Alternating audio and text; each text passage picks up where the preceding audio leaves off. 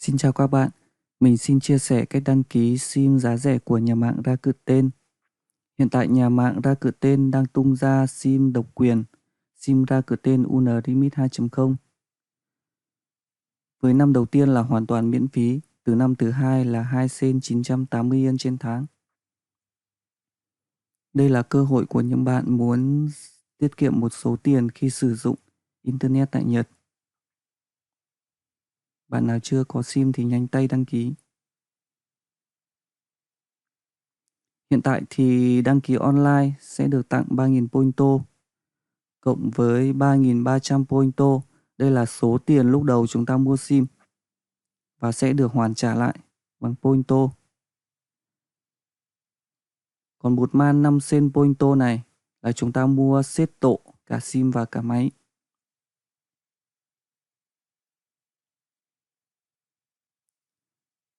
Có hai hình thức đăng ký, một là chúng ta đăng ký số điện thoại mới, hai là chúng ta giữ nguyên số điện thoại.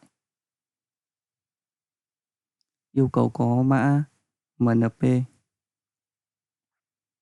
Ở mỗi giao diện chúng ta sẽ mua SIM nó khác nhau. Giả sử như ở đây, nó sẽ giao diện như thế này.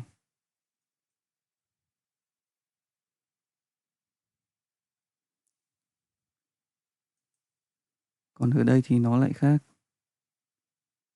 Đây chúng ta như thế này. Chúng ta sẽ click vào đây.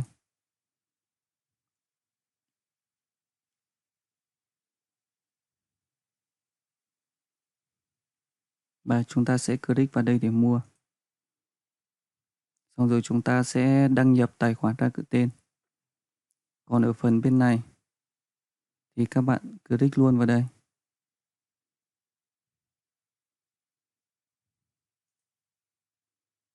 Và chọn như thế này.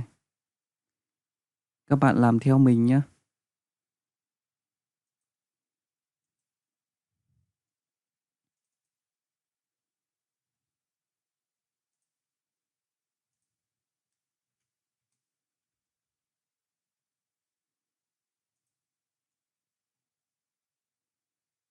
Các bạn kéo xuống và chọn vào dòng này. Rakuten Unlimited.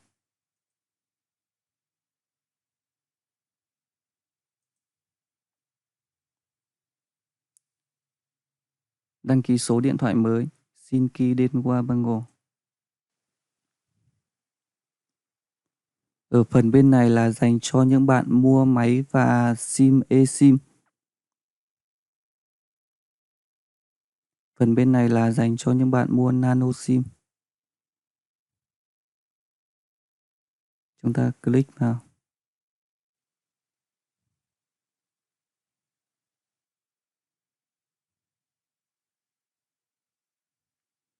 Ở phần này là bạn đăng ký SIM này, eSIM này, dùng cho những cái máy này. Bạn nào đang dùng hàng Galaxy này, hàng Oppo này, thì dùng eSIM.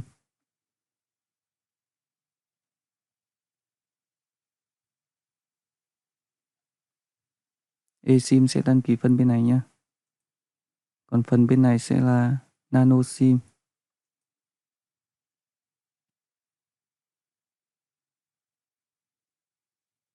Chúng ta click luôn vào đây. Các bạn chọn theo mình. Xin ký đến qua Bango. Ryoso. Tiếp tục vào đây để mua hàng.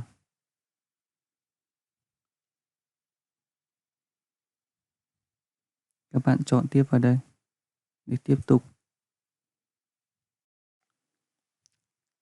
Ở phần này các bạn đăng nhập tài khoản Rakuten.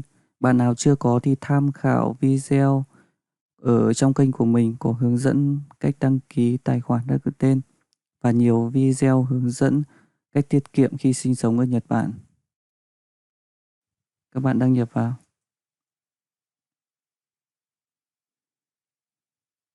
Rồi các bạn tiếp tục vào đây.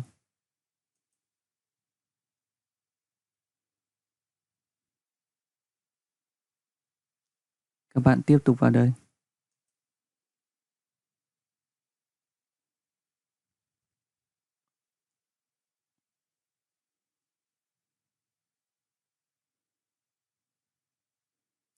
chữ ghi ấy.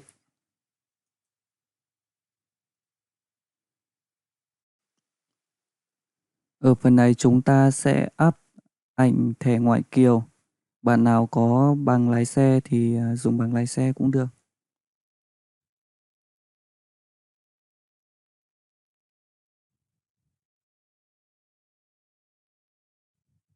Mình sẽ chọn Zaryukado. Đây là mặt trước và đây là mặt sau.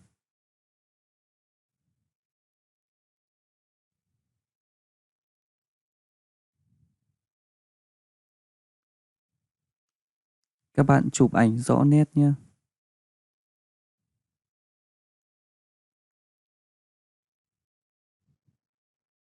Ở phần này họ sẽ cho chúng ta 3 số điện thoại để chúng ta chọn. Các bạn xem thích số điện thoại nào thì các bạn chọn nhé.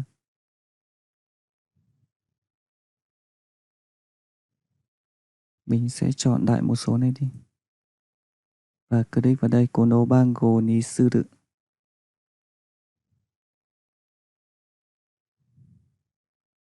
Tiếp tục chọn vào đây.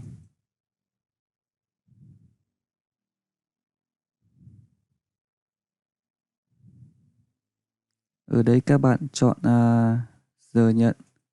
Mình làm về muộn thì mình sẽ chọn khoảng 7 giờ tối. Từ 7 giờ tối đến 9 giờ tối. Bạn click vào đây.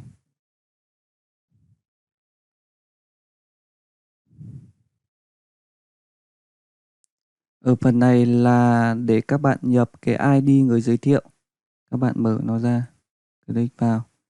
Cái ID giới thiệu khi các bạn nhập vào thì các bạn sẽ nhận được 3.000 pointo. Tùy mỗi đợt khuyến mại nó khác nhau. Có lần được 2.000 và có lần được 2.500 pointo. ID giới thiệu mình để dưới phần mô tả video và phần comment của video. Các bạn nhập vào để nhận pointo. Sau đó click vào chữ ghế. Ở phần này chúng ta sẽ nhập thông tin thanh toán bằng thẻ ngân hàng. Bạn nào có thẻ Mastercard hoặc thẻ Visa thì chúng ta nhập ở đây.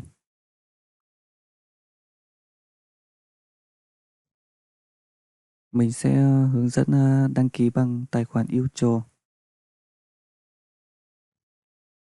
Chúng ta vào Yucho Ginko Web. Chữ ghi sư sưng bự.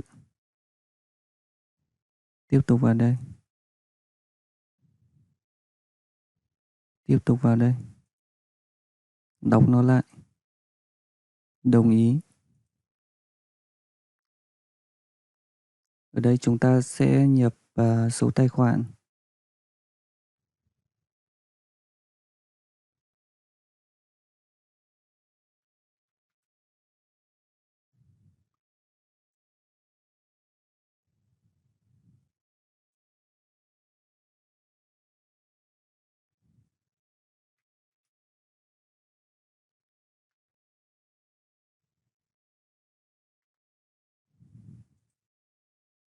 Các bạn nhập theo hướng dẫn nhé. Nhập ngày tháng năm sinh. Và click tiếp vào sư sư mự.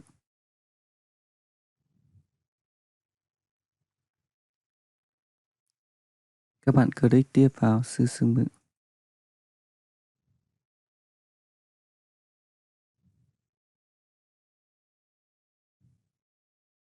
Phần này các bạn sẽ nhập Ansobango.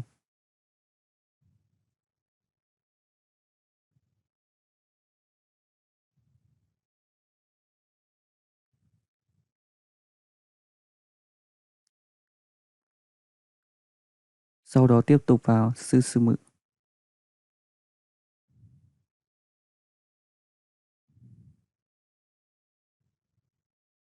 Và tiếp tục chọn vào đây.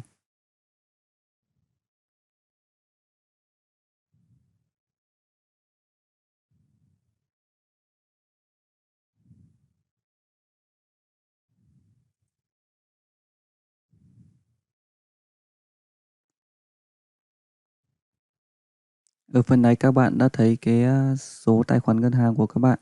nó được kết nối ở đây rồi. Các bạn cho tiếp vào đây. Tsugie Susumu.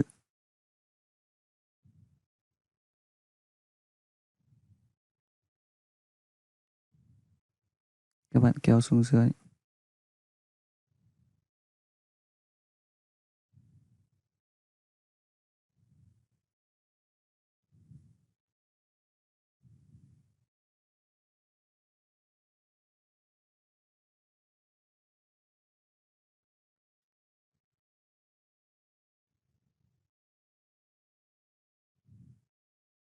Đây nó là những cái điều khoản và hợp đồng đấy.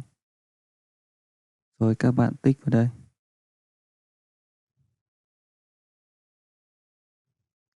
Chọn đồng ý tiếp vào đây. Và cuối cùng là click vào đây.